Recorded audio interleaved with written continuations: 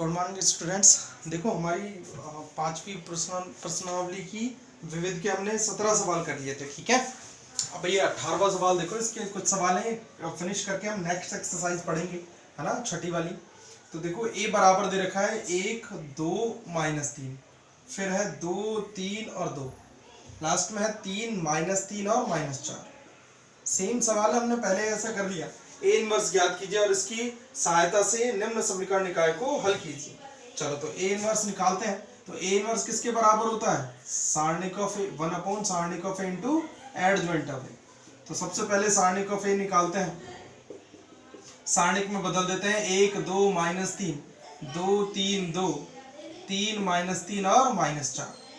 Solve करें तो 1 है ना, 4 तिया 12 माइनस की और प्लस के 3 दूनी 6, फिर माइनस के 2 रो और कॉलम हटाओ, माइनस के 8 और माइनस के 3 दूनी 6, फिर माइनस के 3, ये रो और कॉलम हटेंगे, माइनस के 3 दूनी 6 और माइनस के 3 तिया 9। देखो कितने आते हैं, माइनस के 6 और 8 और 6 14 दूनी 28, प्लस के 28 हो गए और लास्ट में बचेंगे 9 और 6 15 ती 45, प्लस के 45, ठीक है।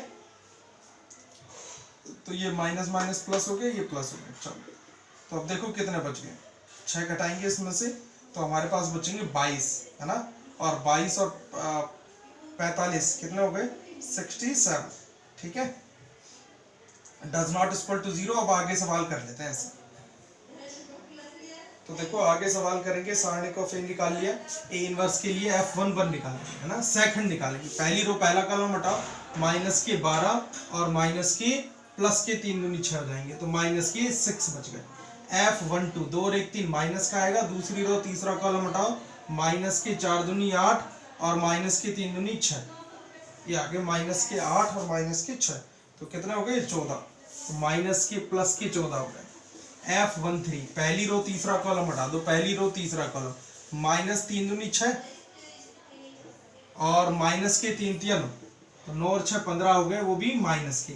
F21 2 और 1 3 माइनस का आएगा, दूसरी रो और पहला कॉलम हटा दो, माइनस के 4 दूनी 8 और माइनस के 3 तिया 9, तो 9 और 8 17, माइनस के 17 हो गए, प्लस के हो जाएंगे, ठीक है, माइनस माइनस प्लस हो जाएंगे। अब बात करें F22 की, 2 और 2 4, दूसरी रो दूसरा कॉलम हटाओ, माइनस के 4 और माइनस के 3 तिया 9, प्लस के 9, तो बच गए 5 प्लस के। F23 2 और 3 5, माइनस का आएगा, दूसरी रो तीसरा कॉलम, माइनस के 3 और माइनस के 6, माइनस 3 माइनस 6, तो प्लस के 9 हो गए। F31 3 और 1 4, प्लस का आएगा, तीसरी रो पहला कॉलम हटाएंगे, 2 दूनी 4 और प्लस की 3 तिया 9 13 हो गए। लास्ट सेकंड लास्ट है 3 2 5, माइनस का लिखेंगे, 2 दूनी 4 और प्लस की 3 दूनी 6, 4 प्लस 6 माइनस के 10। लास्ट F33 लिखेंगे तो हमारे पास आएगा तीसरी रो 3 माइनस 4, 3 माइनस 4 माइनस के 1। तो मैं एडजॉइंट ऑफ ए सीधा लिख दूं, एडजॉइंट ऑफ ए सीधा कैसे लिखेंगे, Fij का परिवर्त, Fij का परिवर्त मतलब माइनस 6 14 और माइनस के 15, फिर लिखेंगे आप 17 5 और 9, लास्ट में 13 माइनस 10 और माइनस का 1, या इसलिए ए इनवर्स बराबर कितना हो जाएगा 1/67, ठीक है। और ये आ जाएगा हमारे पास, कितना है हमारे पास, माइनस के 6 14 माइनस के 15, फिर लिखेंगे 17 5 और 9, लास्ट में 13 10 माइनस का और माइनस का 1। अब कह रहा है निम्न समीकरण निकाय को हल कीजिए। तो समीकरण निकाय और देख लेते हैं क्या है।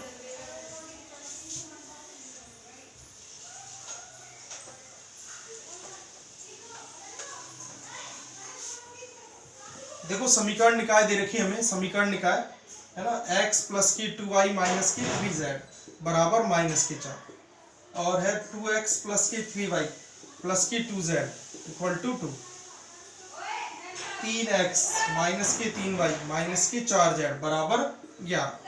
तो देखो ax बराबर b के रूप में लिखने पर, रूप में व्यक्त करने पर, a बराबर कितना आएगा आपके पास, a बराबर आएगा 1 2 -3, 1 2 -3, फिर 2 3 2 और लास्ट में 3 -3 और -4, और x बराबर तो xyz हो ही जाएगा, xyz। एडवेंट ऑफ ए की भी जरूरत नहीं है, ए इनवर्स चाहिए जो मैंने नीचे लिखा हुआ है, ठीक है। तो ये भी मिटा देते हैं और यहां से हमारा b जो है वो आएगा -4 2 और 11। अच्छा a तो सेम है जो दे रखा है ना, तो इसी का इनवर्स निकालने की जरूरत नहीं पड़ेगी, याद आएगा। तब x बराबर कितना आएगा, a इनवर्स b। तो x की वैल्यू रखो x y z, a inverse की वैल्यू 1/67 और वैल्यू कितनी है -6 17 और 13। फिर लिखेंगे आप 14 5 -10, 14 5 माइनस के 10, लास्ट है 15 माइनस की 9 और माइनस का 1, और लास्ट में b की वैल्यू लिखेंगे कितनी -4 2 11। तो -4 2 और 11 इन दोनों की गुणा करके सॉल्व करेंगे तो आपके पास x y z की वैल्यू प्राप्त हो जाएगी, ठीक है ना।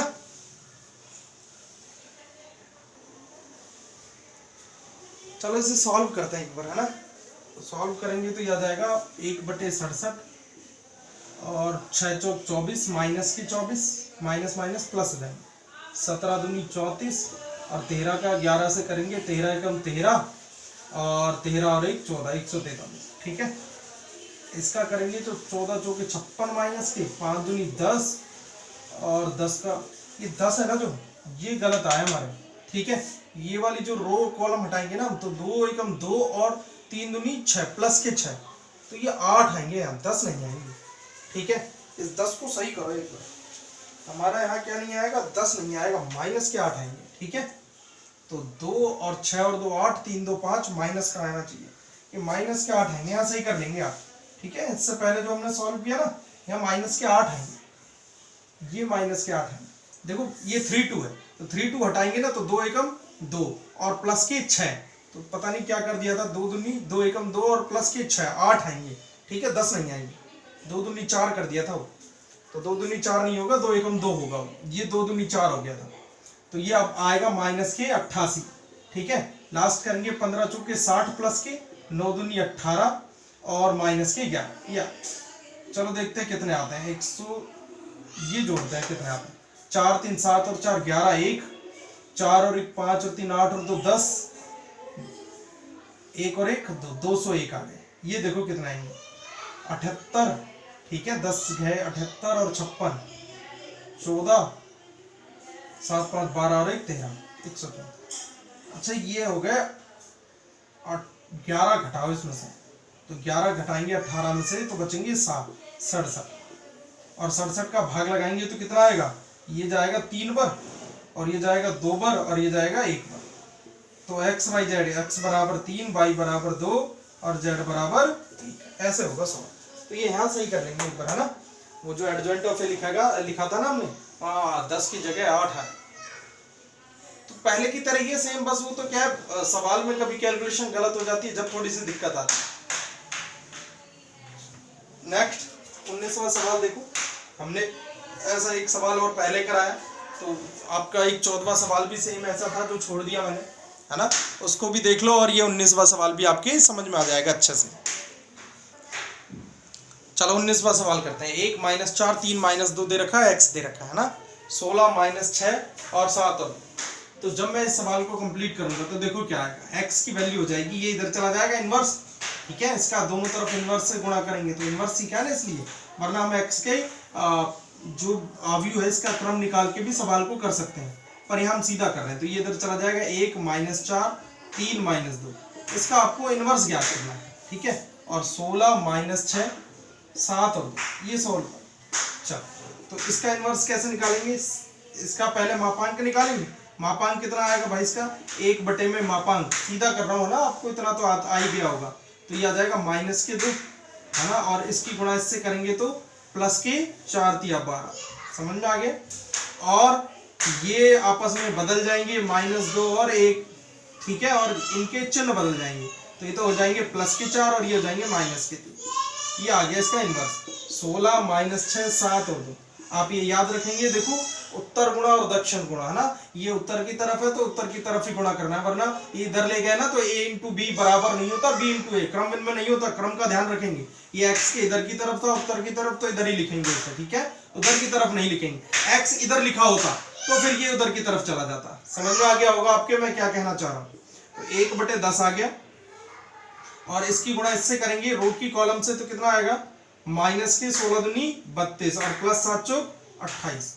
ठीक है, फिर आगे करेंगे तो प्लस के 6 दूनी 12 और ये आएंगे 4 दूनी 8। इसकी गुणा करो माइनस के 16 दूनी 32 16 × 48, ठीक है, और 7, फिर लास्ट में रह जाएगा 6 × 18 और प्लस के 2 एकम 2।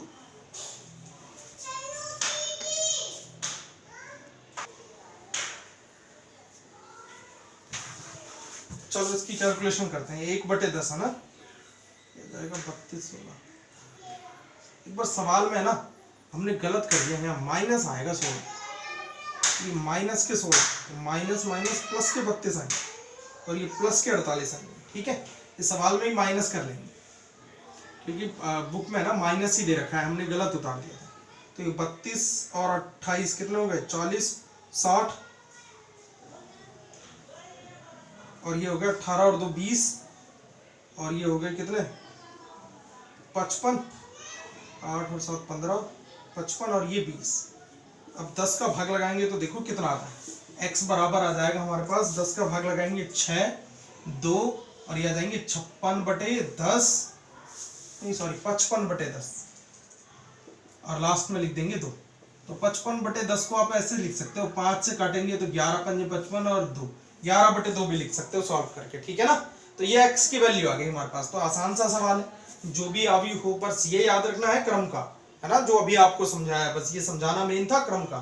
ठीक है ना, तो ये क्रम का ध्यान रखेंगे आप। इसका लास्ट सवाल करते हैं अब हम, 20वां सवाल है, आसान सा सवाल है, देखें आप बोर्ड पे एक बार, और फिर ये एक्सरसाइज हमारी कंप्लीट हो जाएगी। बस आपको इसकी प्रैक्टिस करनी है। देखो 20वां सवाल है, 2x + के y + के az बराबर 4, देन bx - के 2y + के z = -के 2। लास्ट इक्वेशन है 5x - के 5y + के z बराबर -के 2। ये इक्वेशन a और b का मान ज्ञात करना है। अच्छा, वो कह रहा है कि इसके अनंत हल है। अब अनंत हल दे रखे हैं कि इसके अनंत हल है। आपको पता है किसी समीकरण निकाय के अनंत हल कब होते हैं? ठीक है, देखो जब हमने क्रैमर नियम बताया था तब आपको बताया कि यदि डेल्टा 0 हो, डेल्टा 1 डेल्टा 2 डेल्टा 3, है ना, और सबके सब 0 आ जाए तब समीकरण निकाय संगत या असंगत होता है, और अगर समीकरण निकाय संगत हो तो उसके अनंत हल होते हैं। तो अनंत हल कब होंगे? जब डेल्टा 0 डेल्टा 1 डेल्टा 2 डेल्टा 3 सब 0, है ना, तो सब 0 होने चाहिए। अब सब 0 होंगे तो देखो हम डेल्टा 1 डेल्टा 2 डेल्टा 3 निकाल लेते हैं और सब कुछ 0 के बराबर रख लेते हैं। हमें किसकी वैल्यू ज्ञात करनी है? ए और बी की। तो ए और बी की वैल्यू ज्ञात करनी है। तो देखो क्रैमर नियम से अगर समीकरण निकाय के अनंत हल है तो डेल्टा 1 डेल्टा 2 सब 0 होंगे, है ना।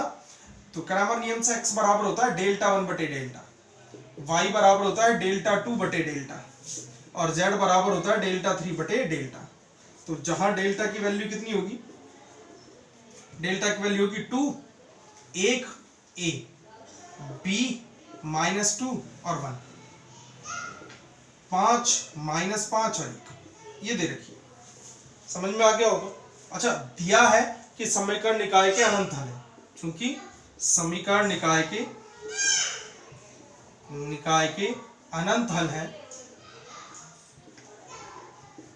तब डेल्टा बराबर 0 डेल्टा 1 डेल्टा 2 डेल्टा 3 सब 0 के बराबर होंगे। तो ये 0 के बराबर है। ठीक है, इसे सॉल्व करेंगे तो हम आएगा 2 -के 2 और +5, फिर लिखेंगे -1, रो और कॉलम हटाएंगे, यहां आ जाएगा हमारे पास कितना b और -5। ठीक है, लास्ट में लिखेंगे +a, रो और कॉलम हटाएंगे -5b और +10 बराबर 0। तो हमें एक इक्वेशन प्राप्त होगी, क्या होगी वो देखो।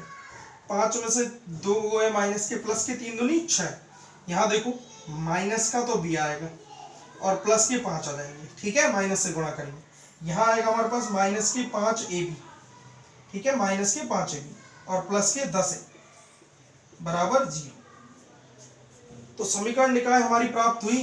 देखो ए बी से स्टार्ट करें तो ना 6 और 5 11 प्लस के 11 आएंगे, है ना। तो ये आएगा 10a माइनस के b, 10a माइनस के b और माइनस के 5ab और प्लस के 11 बराबर 0। ये समीकरण एक आ गई। अच्छा डेल्टा 1 भी 0 होगा। डेल्टा 1 में आप पहले वाले कॉलम को हटा देंगे और क्या आएगा 4 माइनस 2 माइनस 2, 4 माइनस 2 माइनस 2 और एज इट इज रहेंगे 1 माइनस 2 1 माइनस 2 5, ठीक है, माइनस का और a1 1 इसे सॉल्व कर लेते हैं। ये भी 0 के बराबर होगा। तो 4 माइनस के 2 और प्लस के 5, फिर माइनस का 1 लिखेंगे, रो और कॉलम हटाएंगे, इस बार माइनस के 2 लिखेंगे, है ना, और इधर लिखेंगे प्लस के 2, फिर प्लस का a लिखेंगे, रो और कॉलम हटाएंगे, माइनस माइनस प्लस के 5 दूनी 10 माइनस 2 दूनी 4 और बराबर लिख देंगे 0। तो देखो कितना आएगा, 5 में से 2 गए 3, 4 दिया 12, 2 और 2 0, ये 0 आ गया। यहाँ से आएगा हमारे पास प्लस के 10a और माइनस के 4, 10 में से 4 गए तो 6 ही लिख देते हैं ना सीधे, है ना, प्लस के 6a बराबर 0, मतलब 6a इक्वल टू 12। तो a बराबर कितना हो गया माइनस के 12, है ना, माइनस के 6 दूनी 12। ये समझ में आया कि आपके माइनस के 2 हो गया, ठीक है। कैसे हो गया, देखो 12 थे, इधर की तरफ पक्षांतरण कर लिया, माइनस के 12 हो गए और a 6 का भाग लगा दिया, माइनस के 2 आ गए। तो ये तो सीधे ही माइनस के 2 आ गए, समीकरण नंबर 2। और ज्यादा निकालने की जरूरत नहीं, समीकरण 1 में a का मान रख देते हैं, b का मान आ जाएगा। हमें तो a और b तो चाहिए, तो समीकरण 1 से, है ना, या 1 में a का मान रखने पर तो मान रखेंगे तो 10 इंटू में a का मान कितना -2, फिर माइनस के b, माइनस के 5 a का मान -2 है और b तो ज्ञात ही करना है, और प्लस के 11 बराबर 0। या इसे सॉल्व करो, -10 दूनी 20 माइनस के b, फिर ये आ गया माइनस माइनस प्लस के 5 दूनी 10b और प्लस के 11 बराबर 0। 10b में से 1 भी घटाओ, कितने बचेंगे प्लस के 9, 20 में से 11 घटाओ माइनस के 9 बचेंगे बराबर 0। तो 9b बराबर आ गया प्लस के 9, 9 पक्षांतरण कर लिया ना, b बराबर 9 में भाग लगा दो, कितना आ गया 1 आता है। a की वैल्यू आई माइनस के 2 और b की वैल्यू कितनी आई 1। ये a और b की वैल्यू आ गई आपके पास, ठीक है, a और b का मान याद कर लिया अब हमने। तो मेरे हिसाब से लगभग मैंने इसके सवाल कराए आपको, है ना। अब हम इसके बाद इसकी अगली एक्सरसाइज छठी प्रश्नावली चालू करेंगे। आसान सी प्रश्नावली है हमारी 6, और फिर कह रहा हूँ इंपॉर्टेंट है ना, कंटिन्यूटी एंड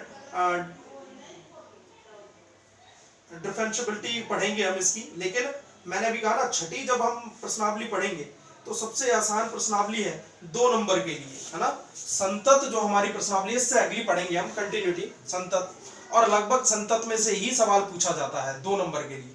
तो आप उस 2 नंबर की एक्सरसाइज को पढ़ेंगे, इंपॉर्टेंट है, लेकिन उसके लिए आपको सारी वीडियो देखनी पड़ेगी, ठीक है ना, क्योंकि अगर आपने एक भी वीडियो मिस की ना, फिर दिक्कत हो जाएगी आपको समझने के लिए। तो अब छठी प्रश्नावली स्टार्ट करेंगे आप, ठीक है। इसे एक बार वापस से रिवाइज कर लेंगे ताकि आप अच्छे से इस पूरी प्रश्नावली को कर सकें।